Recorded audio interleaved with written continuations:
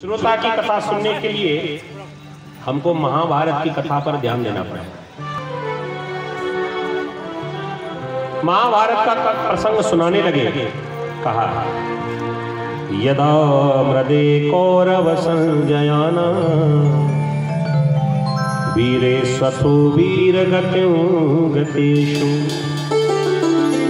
प्रबोधरा विद्गदा विमर्श भगनोरुदंडे धृतराष्ट्रपुत्रे यदा मृदे कौरव संजयाना।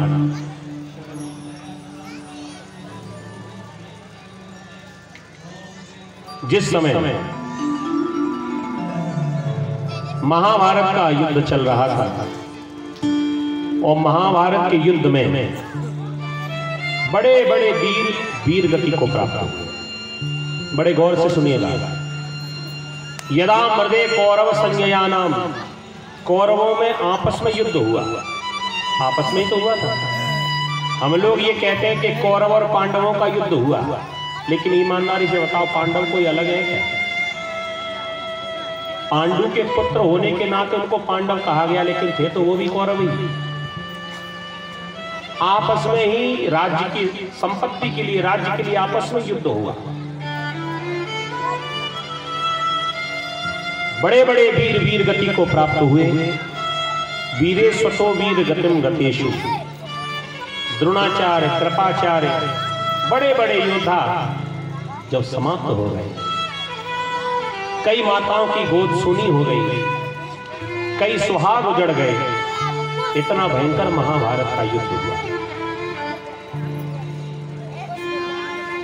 उधर भीमसेन ने जब देखा कि दुर्योधन की सेना हार रही है, वीरे स्वतो वीर गतिम गतेषु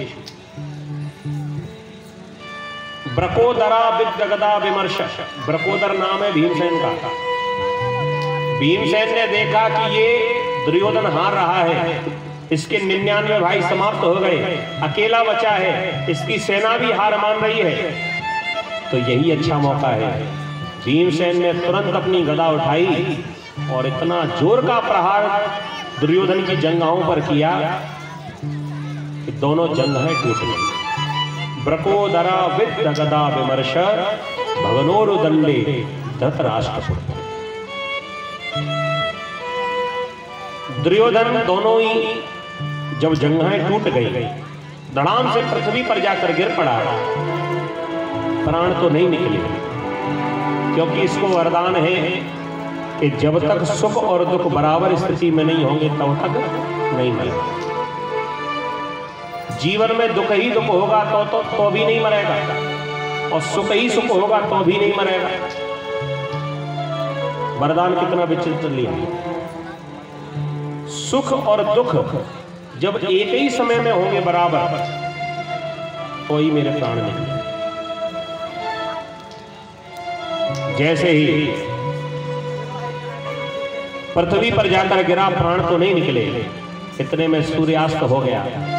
जो दुर्योधन प्रमुख युद्ध कर रहा था, जब वो भी पृथ्वी पर जा गिरा, उसी समय द्वारिकाधीश ने अपना शंख उठाया और शंखनाद कर दिया। और आज ये फैसला हो गया कि महाभारत के युद्ध में पांडवों की विजय। जय जयकार होने लगी अर्जुन की, जय जयकार होने लगी धर्मराज युधिष्ठिर की, जय जयकार होने लगी भीमसेन की। बड़ी प्रसन्नता थी पांडवों को। ये अपने शिविर में जाकर खुशियां मनाने लगे। उधर दुर्योधन रो रहा था। दुर्योधन के पास अश्वत्थामा पहुंचा, द्रोणाचार्य का बेटा अश्वत्थामा। अश्वत्थामा ने जाकर अपने मित्र से पूछा, देखो भाई, गुरुजी का शिष्य है दुर्योधन और गुरु के बेटे अश्वत्थामा। आपस में मित्रता भी थी अश्वत्थामा की और दुर्योधन की। रोते देखा दुर्योधन को तो आज अश्वत्थामा ने समझाया, मित्र ये रोना धोना तो बंद कर, ये रोने धोने से कुछ नहीं होगा, क्योंकि युद्ध में हार जीत तो लगी रहेगी। ये तो पक्की बात है, जब दो पक्ष आपस में युद्ध करेंगे तो एक हारेगा एक जीतेगा, ये तो नियम है।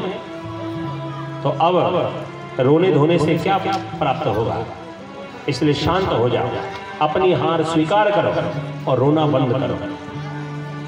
दुर्योधन ने उत्तर दिया, भैया सही बताऊं, मैं युद्ध में हार गया हूं, जैसा वैसा ही चलते रहेंगे, जो कलाकारी है वो अपन कल कर लेंगे।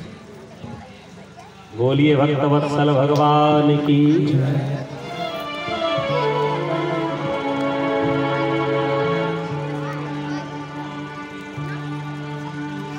दुर्योधन ने कहा कि मित्र बात यह है, मैं युद्ध में हार गया हूं, ये मेरे रोने का कारण नहीं है,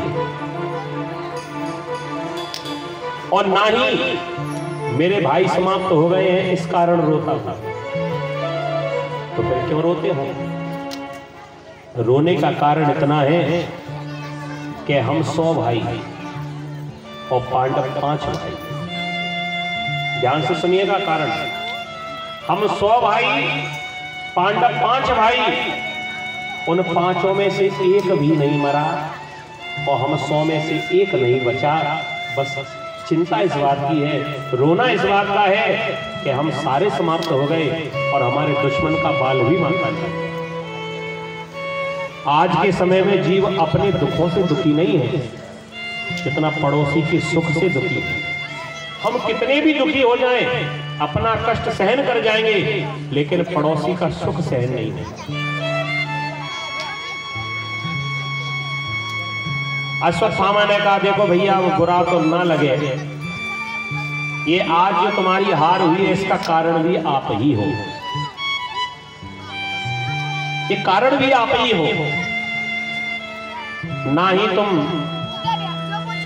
भीष्म पितामह को सेनापति बनाते और ना तुमको ये हार का मुख देखना पड़ता। अरे मैंने कितना समझाया था कि सेनापति मुझे बनाना, लेकिन तुमने मेरी बात नहीं मानी। अब जैसा तुमने किया वैसा तुमने भुगत लिया। मुझे अगर सेनापति बनाते तो मैं 5 की गर्दन उड़ा देता। और तुम्हारे जो सेनापति थे ना भीष्म बाबा, ये मन ही मन पांडवों से प्रेम करते थे, जानबूझकर तुमको युद्ध हराया गया। आज दुर्योधन ने कहा तो भैया गलती हो गई, अभी मैं मरा नहीं हूं, लेकिन तुम मेरे मित्र हो,